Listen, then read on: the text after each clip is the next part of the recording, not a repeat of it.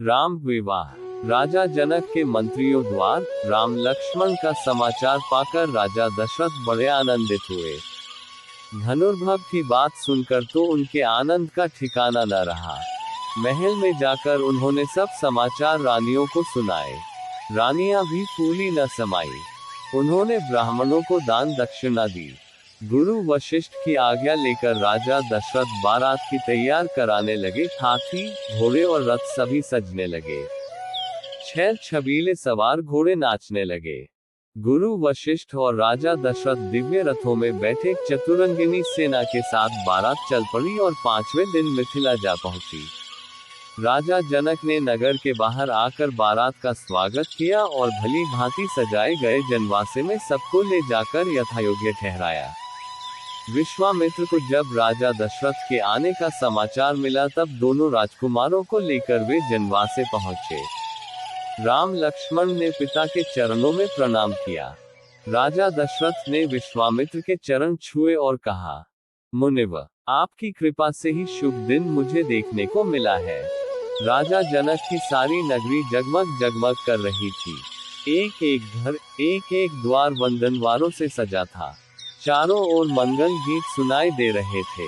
राजमार्ग और राजमहल में दर्शकों की अपार भीड़ थी। विवाह मंडप मणियों और हीरों के फूल पत्तों से सजा था। मणियों के बने भौरे और तरह तरह के पक्षी विवाह मंडप पर जड़े थे, जो हवा चलने से गूंजते कूजते थे। चारों राजकुमारों को लेकर गुरु वशिष्ठ के साथ महाराज दशरथ विवाह मंडप में पधारे। बहुमूल्य वस्त्रों और आभूषणों से सुसज्जित चारों राजकुमारियों को लेकर राजा जनक भी मंडप में आए। राजमहल की अनेक स्त्रियां भी सजकर विवाह देखने पहुंची। राजा जनक सीता को दिखाकर महाराज दशरथ से बोले, राजन, यह मेरी बड़ी बेटी सीता है जो मुझे हल चलाते समय पृथ्वी से मिली थी। आपके वीर पुत्र श्रीराम ने मेरा प्रण पूरा कर इसे वरण करने का अधिकार प्राप्त किया है। यह मेरी दूसरी पुत्री उर्मिला है और ये दोनों कन्याएं मेरे छोटे भाई कुशध्वज की है। बड़ी का नाम मांडवी है और छोटी का श्रुतकीर्ति। मेरी इच्छा है कि सीता के विवाह के साथ इनका भी विवाह हो जाए। लक्ष्मण के लिए उर्मिला को, भरत के लिए मांडवी को और शत्रुघ्न नए को स्वीकार कर मुझे कृतार्थ करे।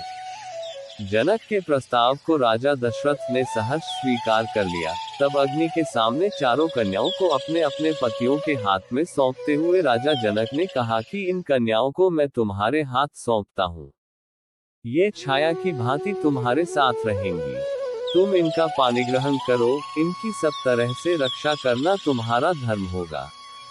गुरु वशिष्ठ और शतानंद ने वेद मंत्रों के साथ विधिवत विवाह कराया। तब राजा दशरथ राजकुमारों और पुत्र वधुओं को लेकर जनवासे लौट आए। जनक ने कन्याओं और सब बरातियों को सुंदर उपहार दिए। राजा दशरथ ने भी सोने से सींग मढ़ाकर दूध देने वाली सहस्रों गाय ब्राह्मणों को दान में दी। दूसरे दिन विश्वामित्र ने आकर राजा दशरथ को बधाई दी और सबसे विदा लेकर वे अपने आश्रम को लौट गए। कुछ दिन तक जनक का आतिथ्य ग्रहण करने के पश्चात राजा दशरथ ब्रह्म के साथ अपने नगर को लौट चले। वे कुछ ही दूर गए होंगे कि सहसा भयंकर आंधी सी आई और उसके साथ ही क्रोध की साक्षात मूर्ति परशुराम फरसा और धनुष बाण लिए प्रकट हो गए। उन्हें देखते ही अयोध्यावासी डर के मारे अधमरे से हो गए और राजा दशरथ के तो होश ही उड़ गए।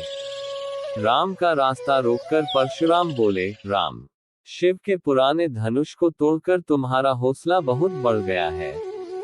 मैं तुम्हारे अहंकार को चूर करूंगा। राजा दशरथ ने गिड़गिड़ाकर परशुराम से बड़ी अनुनय विनय की और राम पर अनुग्रह करने की प्रार्थना की।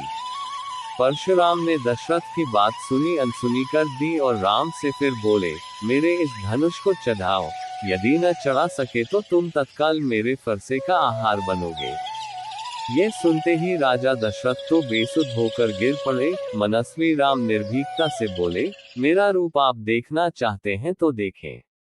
उन्होंने परशुराम के धनुष बाण लेकर प्रत्यंचा चढ़ा दी और धनुष पर बाण रखकर बोले, मैं इस बाण से आपकी तपस्या का समस्त प्रभाव अभी नष्ट करता हूँ और भनारगात से आकाश में विचरण करने की शक्ति भी नष्ट करता हूँ। परशुराम हतप्रभ हो गए। उन्होंने राम की स्तुति की और आशीर्वाद दिए और यह प्रार्थना की कि तप का फल भले ही नष्ट कर दे, परंतु मनोगति नष्ट न करे, जिससे मैं महेंद्र पर्वत पर लौट सकूं। श्री राम ने उनकी बात मान ली। परशुराम राम की प्रशंसा करते हुए तत्काल चले गए। परशुराम के चले जाने के बाद बारात आगे बढ़ी। बारात के पहुंचते ही अयोध्या में घर घर आनंदोत्सव होने लगे। गलियों में शंख और मृदंग की ध्वनि गूंज उठी। स्त्रियों ने मंगल गान किए और फूल बरसाए।